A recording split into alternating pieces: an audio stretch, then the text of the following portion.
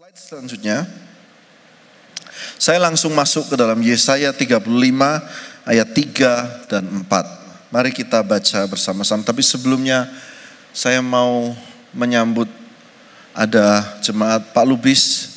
Boleh bangkit berdiri Pak? Ya, mari kita arahkan tangan ke beliau, kita doakan, berikan kesembuhan. Tuhan, kami berdoa bersatu hati, tangan kami terangkat, kami mendukung beliau. Tuhan berikan kesehatan bagi tubuhnya, bagi ginjalnya. Tuhan berikan sehat dan umur panjang. Di saat ini di rumah Tuhan, sel-sel yang baru mulai dibuat baru oleh Tuhan. Ada mujizat Tuhan, ada pertumbuhan yang baik, sehat dan umur panjang. Terima kasih Tuhan, dalam nama Tuhan Yesus. Amin. Kita berikan tepuk tangan buat Tuhan Yesus. Pak Lubis, kita selalu dukung dalam doa buat keluarga Pak Lubis. Ini jadi ingat Pak Lubis. Pak Lubis ini ada mobil angkot ya Pak ya. Mobil angkot dan beliau selalu bawa orang ke gereja, diisi, ayo ke gereja sama-sama. Ya, kita kasih tepuk tangan Pak Lubis. Yesaya 35 ayat 3 dan 4. Mari kita baca bersama-sama saudara. 1, 2, 3. Kuatkanlah, ayo saudara kita baca firman 1, 2, 3. Kuatkanlah tangan yang lemah lesu dan teguhkanlah lutut yang goyah. Katakanlah kepada orang-orang yang tawar hati, kuatkanlah hati, janganlah takut. Lihatlah, Allahmu akan datang dengan pembalasan dan dengan ganjaran Allah. Ia sendiri akan menyelamatkan kamu. Ini adalah ayat dari Yesaya 35. Yesaya menuliskan tentang keselamatan dari Tuhan. Di tengah daripada pasal tentang keselamatan dari Tuhan ini, Yesaya menuliskan, kuatkanlah tangan yang lemah lesu. Lalu yang kedua, teguk ini tangan, teguhkanlah lutut yang goyah. Dan yang terakhir dia katakan kepada orang yang tawar hati, kuatkanlah hati. Jadi ada 3 pesan dari kekuatan doa. Tangan saudara kuat, lutut saudara kuat, hati saudara kuat. Simpel kan message-nya? Biarlah tangan saudara yang bekerja ini jadi berkat. Katakan amin. Tangan saudara ini yang bekerja, menghasilkan karya, buka toko, terima uang, keluar uang ya Bapak ya. Itu biar jadi kuat. Lutut saudara teguh. Lutut ini yang membawa jalan saudara pergi ke suatu tempat, bukan? Lutut ini juga bercerita yang mengantar anak ke tempat sekolah, mengantar cucu kepada masa depannya. Tempat kemana kita akan pergi, itu berbicara tentang lutut. Dan yang ketiga, hati, bicara tentang seluruh hidup kita. Kita lihat slide selanjutnya. Kekuatan doa, tangan untuk bekerja, lutut untuk menuju kepada suatu tempat, dan hati untuk seluruh hidup kita. Kekuatan doa. Kita lanjutkan slide selanjutnya. Mari kita lihat, saya undang teman saya Jeff. Jeff, temenin dong main piano, aku mau nyanyi Jeff. Kuatkan tangan yang lemah. Mari kita baca sama-sama, kuatkan tangan yang lemah. 1, 2, 3. Kuatkan tangan yang lemah. Nah, saya akan berikan ada 4 ayat, ada 3 ayat saja yang saya taruh di sini. Tentang tangan kita ini bagaimana sih waktu kita berdoa. Banyak orang berkata, wah gereja karismatik angkat-angkat tangan buat apa gitu ya. Nah, mari kita lihat ayatnya, Mazmur 63 ayat 5. Mari saudara baca, saudara lihat sendiri. 1, 2, 3 dengan kuat. Demikianlah dan menaikkan tanganku demi namamu. Sekali lagi, demikianlah aku mau memuji engkau seumur hidupku dan menaikkan tanganku demi namamu. Saudara mungkin berkata, ngapain sih ke gereja angkat-angkat tangan? Setengah aja. Kalau saudara nonton pertandingan bola, saudara bisa tepuk mic. Nonton bulu tangkis bisa heboh begini. Tapi di gereja naikkan tangan gak berani.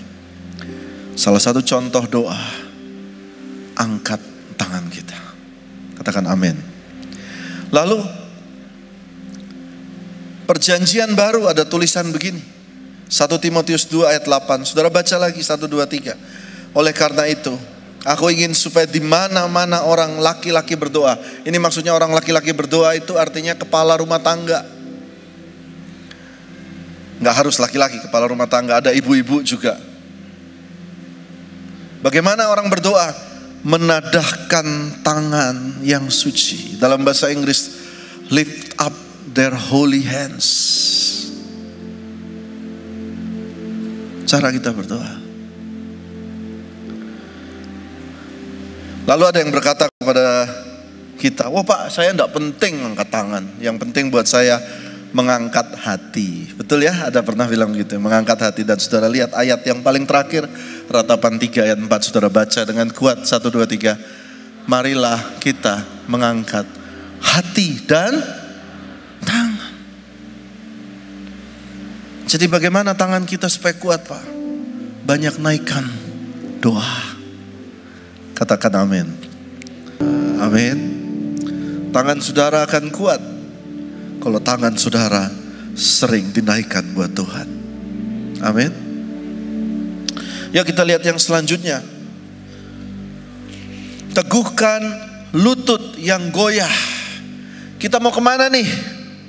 Kita punya masa depan kemana nih? Karir kita mau kemana nih? Lutut bercerita tentang masa depan kita mau kemana. Anak-anak kemana? Toko kita gimana? Bisnis ke depan bagaimana? Tuhan menjawab lewat Yesaya, lutut supaya bisa ke sana banyak berlutut. Kata lutut selalu dekat dengan kata doa. Pray. Kita lihat 1 Raja-Raja 8 ayat 54. Mari saudara baca dengan saya supaya kita hari ini banyak mendengar firman lewat perkataan kita sendiri. 1, 2, 3. Bangkitlah ia, Salomo, dari depan mezbah Tuhan, setelah berlutut dengan menadahkan tangannya ke langit. Jadi kita mau masuk lebih dalam ya saudara. Minggu lalu kita belajar berdoa bersama. Hari ini kita belajar waktu doa angkat tangan. Amin. Lalu setelah doa angkat tangan, banyak berlutut. A humble position. Kata lutut juga bisa diartikan berdoa. 1 Tesalonika 5 ayat 17. Tetaplah berdoa. Filipi 4 ayat 6. Mari kita baca Filipi 4 ayat 6. Janganlah hendaknya kamu khawatir tentang apapun juga, tetapi nyatakanlah dalam segala hal keinginanmu kepada Allah dalam doa dan permohonan dengan ucapan syukur. Kita lihat selanjutnya, slide selanjutnya.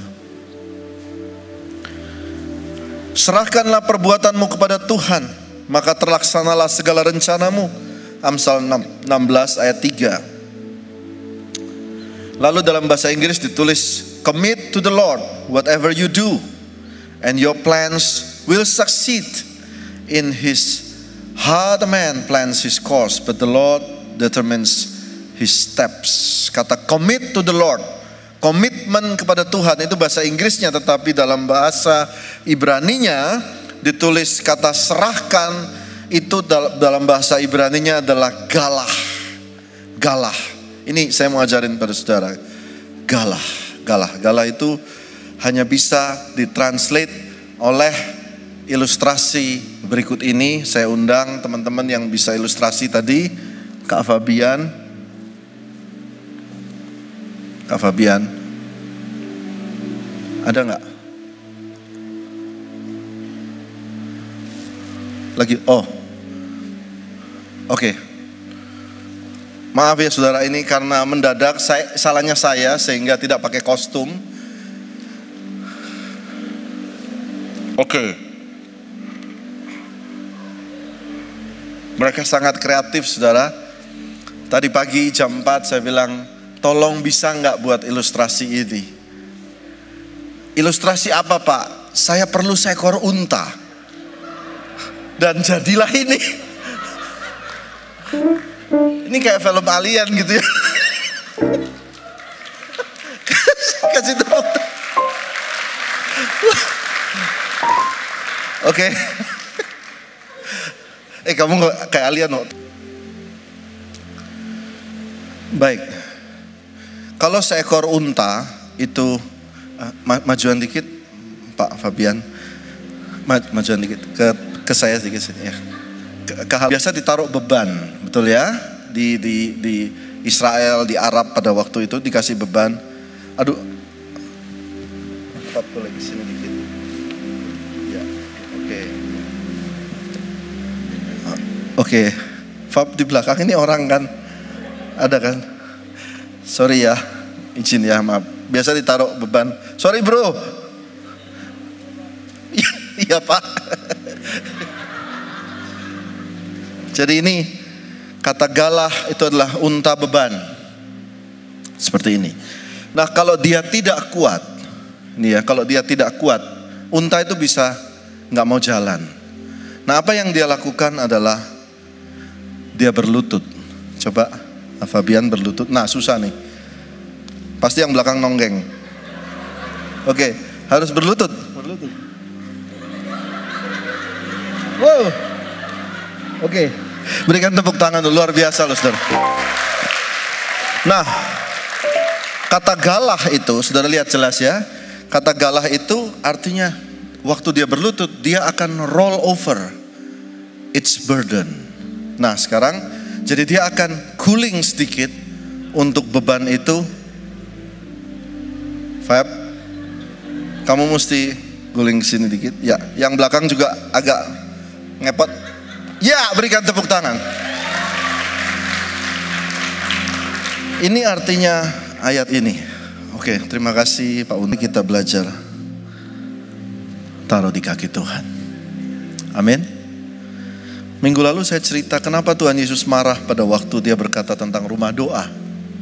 Dia bawa cambuk, dia pukul semua itu pedagang-pedagang dan dia berkata, rumahku disebut rumah doa, tapi kalian menjadikannya sarang penyamun.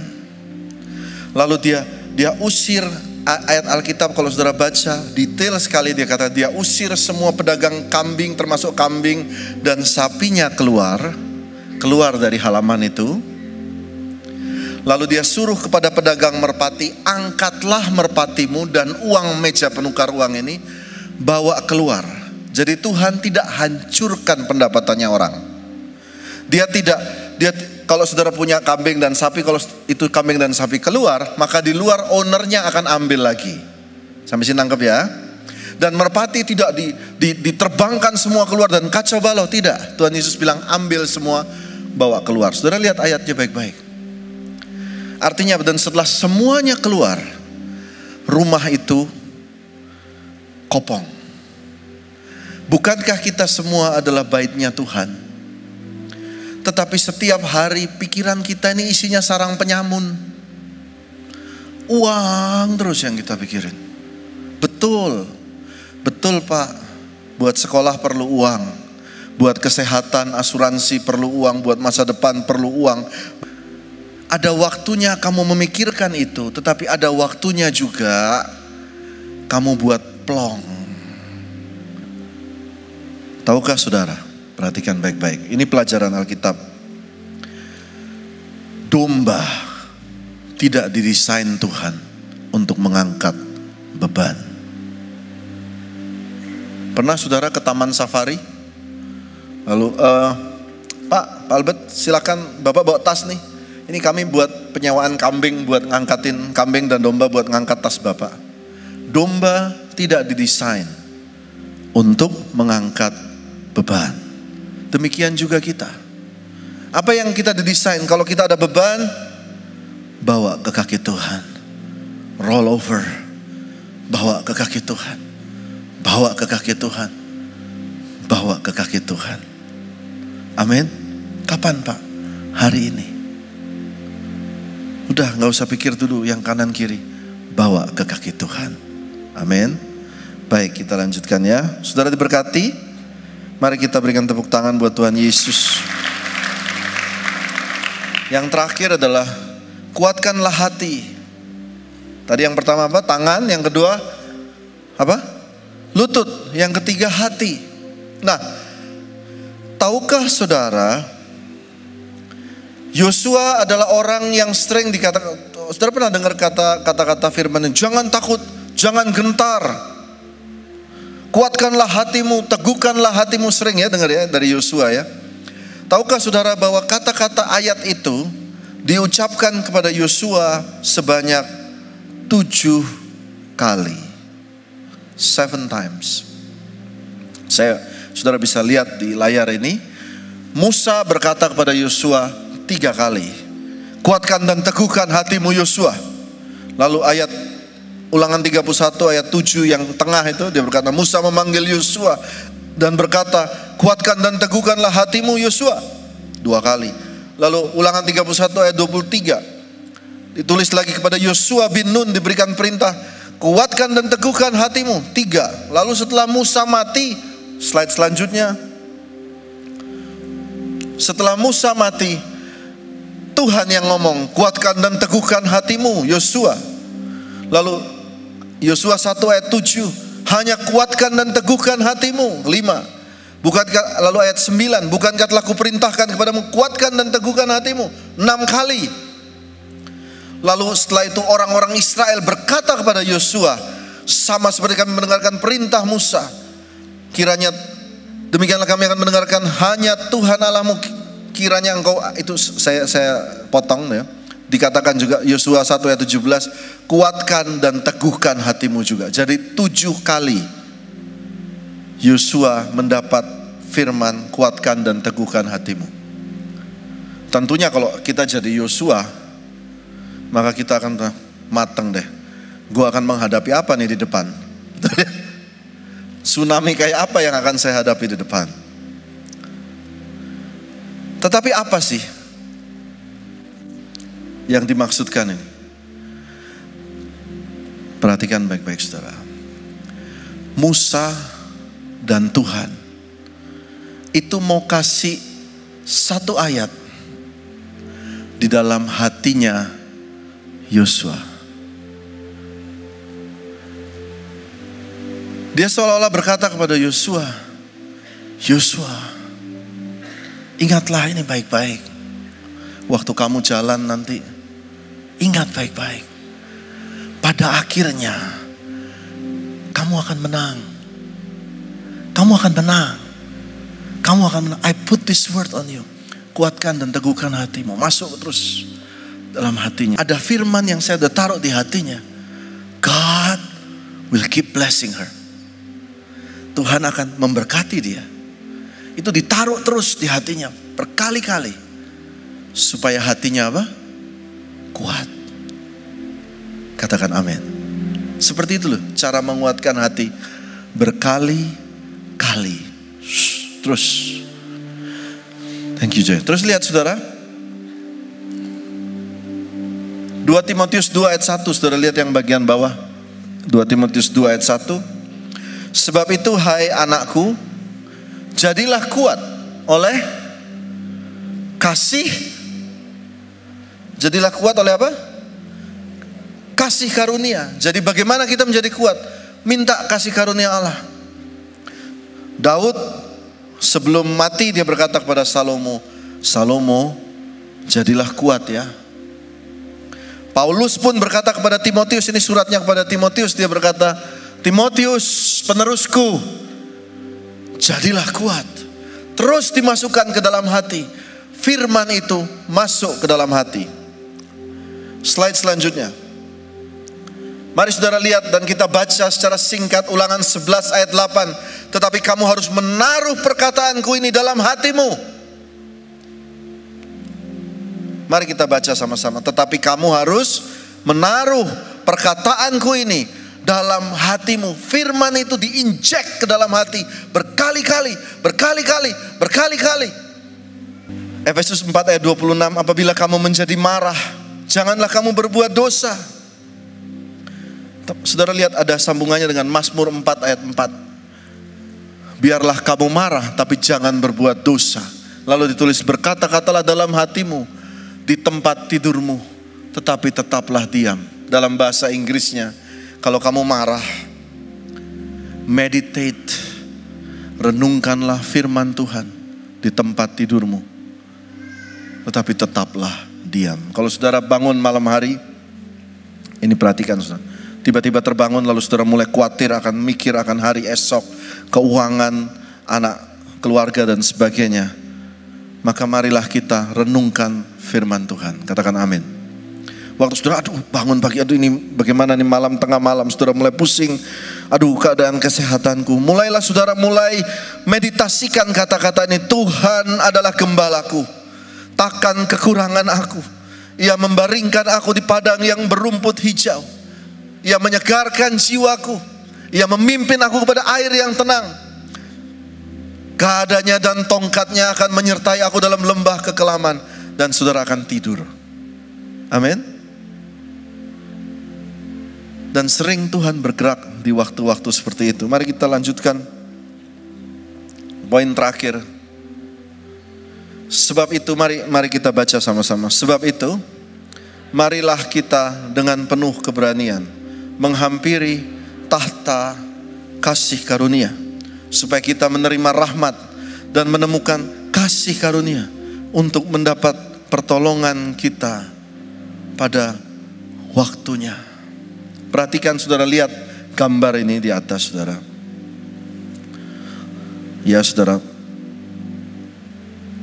caranya untuk menghampiri tahta kasih karunia, untuk menerima rahmat dan menemukan kasih karunia, pertolongan yang tepat pada waktunya, hanya dengan doa. Saya berdoa di waktu-waktu ke depan ini, gereja ini akan memulai doa malam demi doa malam demi doa malam. Katakan amin. Menghampiri Tuhan hanya dengan doa. Saya tadi yang pertama kita ingat ini beban kita serahkan pada Tuhan. Tetapi dalam tahta kasih karunia, limpah dengan kasih karunia. Seorang hamba Tuhan bernama Jim Cymbala, seorang pelayan Tuhan, dia melayani Tuhan di bidang narkoba, di bidang orang-orang yang drug addict dan sebagainya di Amerika Serikat. Lalu dia merintis Brooklyn Tabernacle Choir di New York. Hamba Tuhan ini melayani Tuhan bukan dengan kemewahan, dia melayani saja melayani. Lalu pada waktu anaknya umur 18 tahun, anaknya lari dari rumah. Anak perempuannya. Tidak lama, 4 tahun, lari dari rumah 4 tahun. Tetapi dia harus tetap melayani Tuhan. Setiap minggu dia datang kepada gereja, dia melayani, dia khotbah, tapi dalam hatinya dia nangis. Setiap minggu dia lakukan itu 4 tahun, dan setiap minggu dia datang kepada doa malam demi doa malam. Sampai akhirnya di tahun yang keempat dia bilang, saya sudah tidak tahu bagaimana berdoa.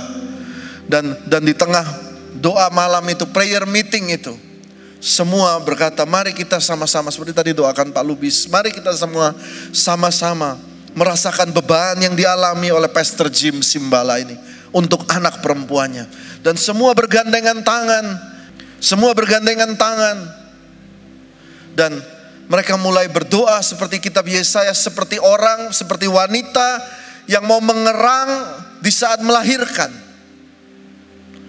Semua menangis, oh Tuhan, anak ini. Semua berteriak.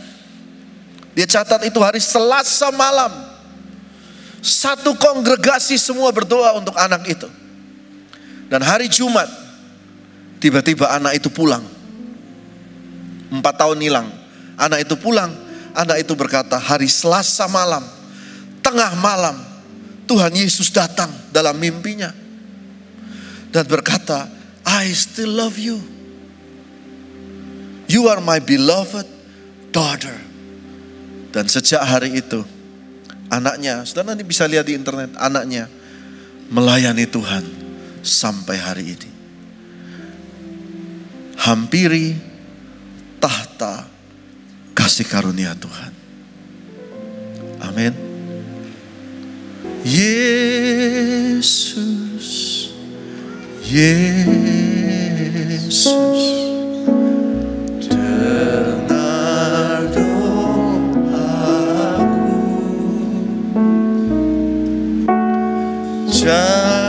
Janganlah Tuhan lalui, dengar doaku.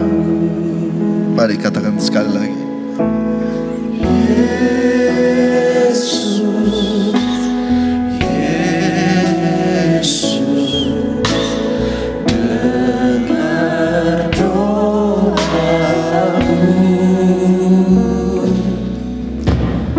Janganlah Tuhan lalui,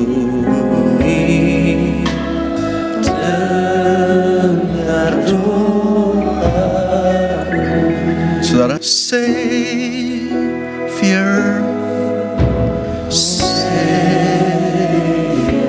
hear my humble cry. Hear my humble cry.